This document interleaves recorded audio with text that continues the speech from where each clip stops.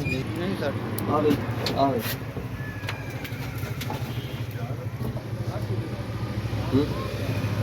ਆ ਫੰਗਸ ਲੱਗੀ ਹੋਈ ਹੈ। ਫੰਗਸ ਜ਼ਿਆਦਾ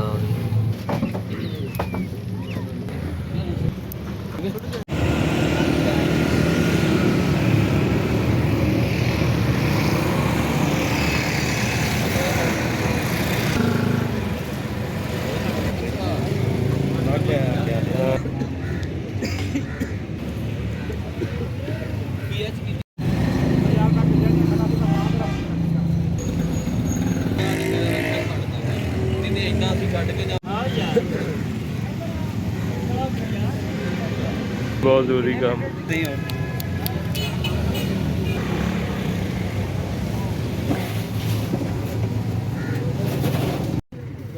बच्चे